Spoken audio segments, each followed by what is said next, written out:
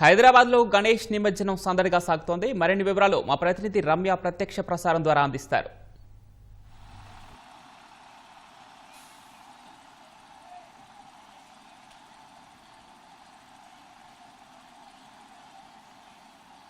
Tank bund పైన గణేశుడి నిమజ్జనోత్సవాలు జోరుగా సాగుతున్నాయి.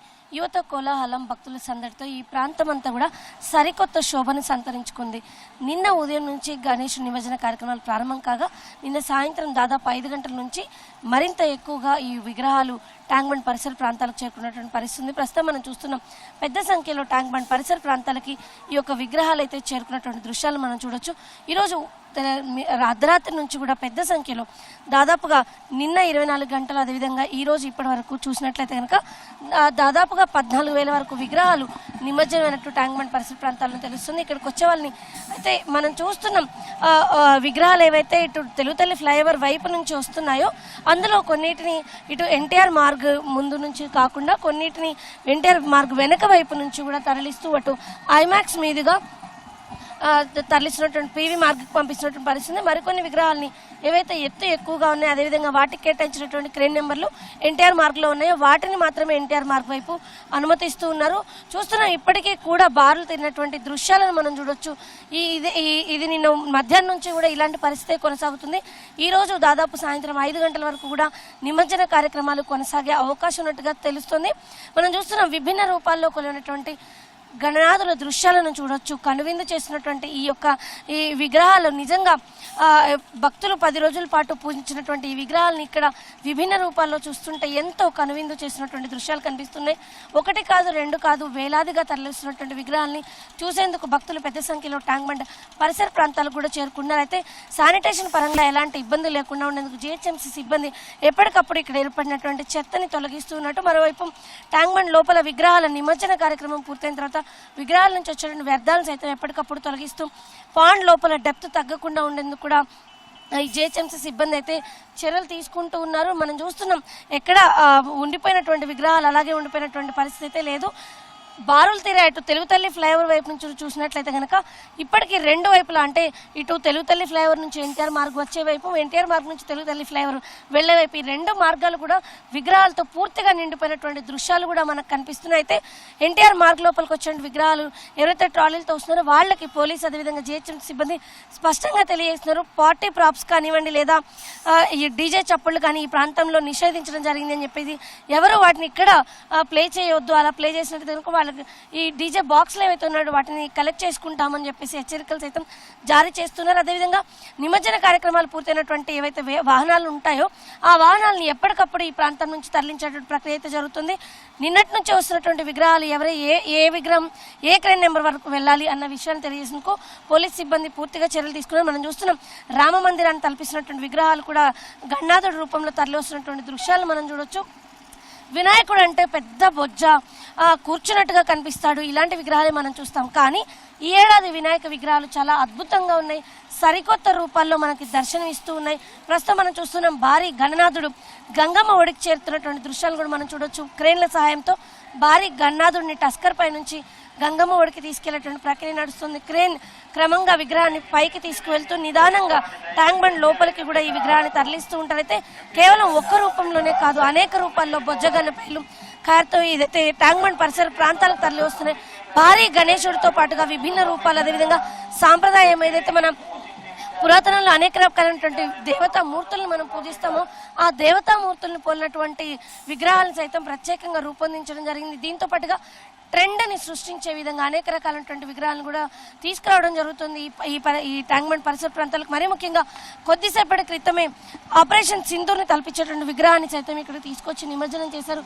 ఇక వీటితో పాటు బాల గణేశుడు, పార్వతీ తనయుడు పార్వతీదేవితో కలిసినటువంటి దృశ్యాలు ఇలా 1 కాదు 2 కాదు చెప్పడానికి సరిపోయినటువంటి విధంగా అనేక రకాలైనటువంటి, నిజంగా ఇలాంటి విగ్రహాలను వర్ణించేందుకు మాటలు సరిపోవు అంటే అతిశయోక్తి లేదు.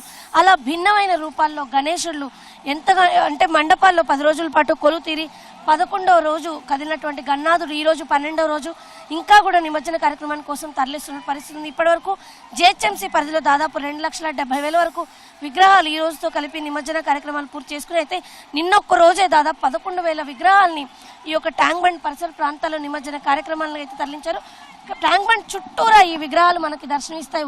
కేవలం ఎన్టీఆర్ మార్గ్ మాత్రమే కాకుండా ట్యాంక్ బండ్ చుట్టూ 4 వైపులా కూడా ఈ క్రేన్లను ఏర్పాటు చేసి ప్రత్యేకంగా నిమజ్జన కార్యక్రమాలను అయితే నిర్వహిస్తున్నారు. ప్రస్తుతం మనం చూడొచ్చు, ఇటు సికింద్రాబాద్ వైపు వెళ్లే మార్గం ఏదైతే ఉందో ఆ మార్గంలో కూడా క్రేన్లను ఏర్పాటు చేసి అక్కడ కూడా నిమజ్జనానికి తరలితున్నటువంటి గన్నాదులు 2 మార్గాలు కూడా ఫుల్ అయిపోయాయి. దీంతో ఇతర సాధారణ ట్రాఫిక్ ఏదైతే ఉందో వాటిని ట్యాంక్ బండ్ పరిసర ప్రాంతాల్లోకి రాకుండా డైవర్షన్స్ అయితే ఇప్పటికీ కూడా కొనసాగుతుంది. ఈరోజు సాయంత్రం వరకు కూడా ఈ డైవర్షన్స్ కొనసాగే అవకాశం ఉంది. మనం చూస్తున్నాం, ఎత్తును బట్టే విగ్రహాలని క్రేన్ నెంబర్లు కేటాయించారు. ఆ విధంగానే వాటి యొక్క నిమజ్జన కార్యక్రమాలు కూడా జరుగుతున్నాయి.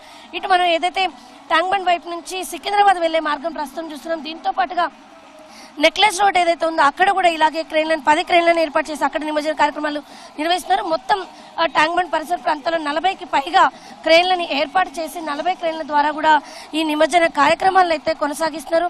ప్రస్తుతం మనం చూడొచ్చు, విభిన్న రూపాల్లో కొలినటువంటి గణనాథుడు నిజంగా చిత్రంగా కనిపిస్తున్నటువంటి పరిస్థితి ఉంది. చాలా భిన్నమైన రూపాల్లో ఈ యొక్క గణనాథుడిని అయితే కొలువు తీర్చి తీసుకువచ్చారు. 1, 2 కాదు, వేలాదిగా ఉన్నటువంటి విగ్రహాలు, ఒక్కో విగ్రహం ఒక్కో భిన్నమైన రూపంలో మనకు కనిపిస్తుంది.